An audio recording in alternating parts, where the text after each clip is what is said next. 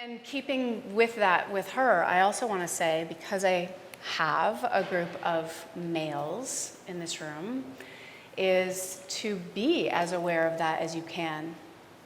And to be willing to also be like, stop looking at her.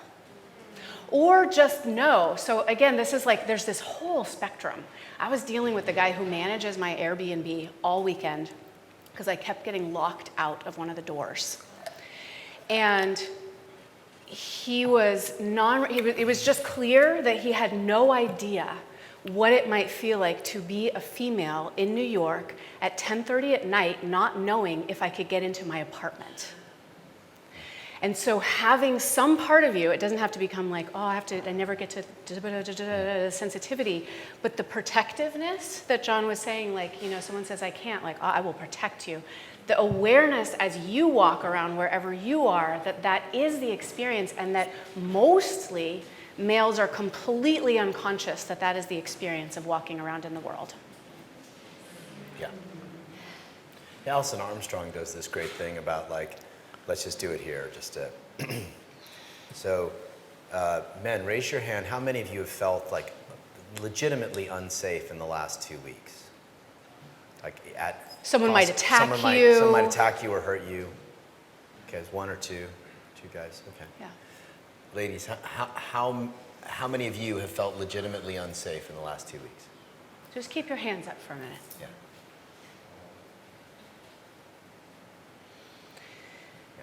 So this is the experience of the feminine a lot, and we're working with that, especially in a city like New York, right? So you've got to incorporate that into your date night plans. You've got to always be aware of what her experience is going to be in the world if you want her to be able to relax into her feminine, which she can't walking around a city like this, really. You have to have your awareness wrapped around her. Okay, we're going to meet at the restaurant at 8. Call an Uber and go to this address, right? And then I'll meet you out on the curb. Text me before you get there. I'll meet you out on the curb. You know what I'm saying? Right, I'll meet you out on the curb. Right? That kind of awareness is what's required for their nervous systems to relax. Yeah? The first night I was going back to my Airbnb, when we shared an Uber, and John said to the driver, hold on just a minute, we're going to make sure she gets inside. Thank you. So that's just little pieces of holding the structure, because we don't really know that this is what the experience is. It's fucking scary to go out to a laundromat at night and be doing the thing and people are checking you out. I mean, having the experience of the male, we're not even talking about the male gaze, which we could go on for a while, but having the experience of the male gaze on you as a sexually desirous experience is quite invasive. It's quite invasive. And I've experienced it as a man, actually, And I was like, oh, fuck, this is what it feels like. It feels horrible. And so they're dealing with it all the time. So just know, this is not to shame anybody, just know that kind of knee-jerk, like, I'll fuck her. Men are doing that all the time. Fuck her, no, not her. I'm gonna fuck her, but not her. Men aren't thinking this. Probably not these guys, because they're so enlightened already. But there's that kind of, even if it's very subtle, it's a little whisper, like, yep, no, yep, okay, yeah, I could, yeah, okay. No. All right, no, okay, oh, well, yeah, that's a yes now. Okay, so it's a constant thing. You can't necessarily ask them to stop it. It's part of the wiring, I think, for now. Maybe it'll change in thousands of years, but the evolutionary biology is there. Propagate the species, propagate the species, propagate the species, propagate the species. You can't deny that. Again, we don't want to make it like hard and fast, but there is a fair bit of data around the connection of that to testosterone.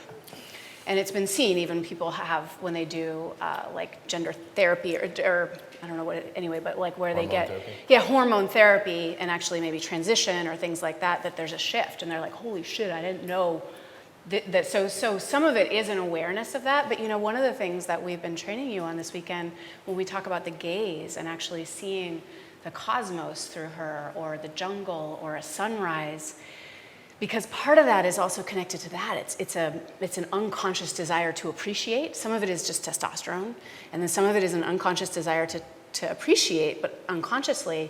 And so being able to see the vast feminine in the world that also comes through the female body, that comes through many bodies, and also in the world, and train yourself.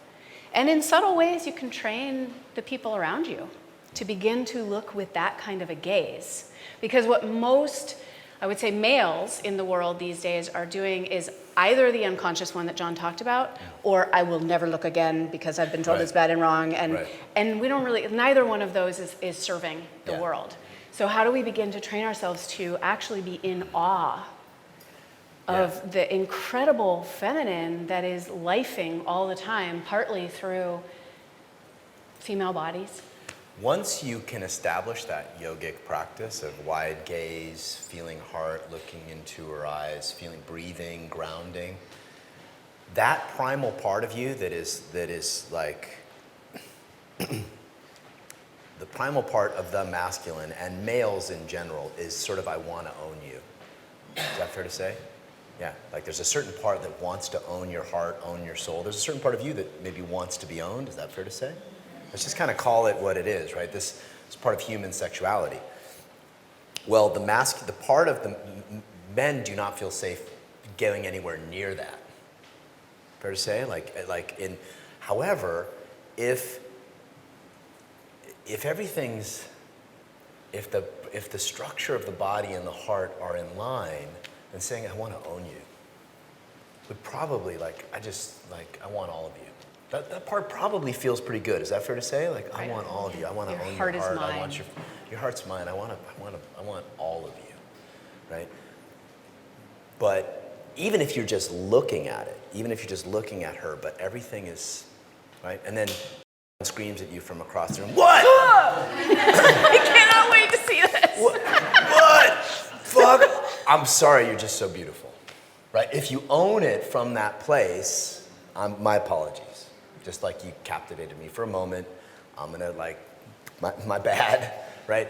There's always ways to work with it rather than repressing that primal desire or the primal desire to be owned. For those of you who have that, right? Not all of you do. Anyway, that's part of what we're working with here. It came out a lot yesterday, and it was beautiful to watch you guys play with it.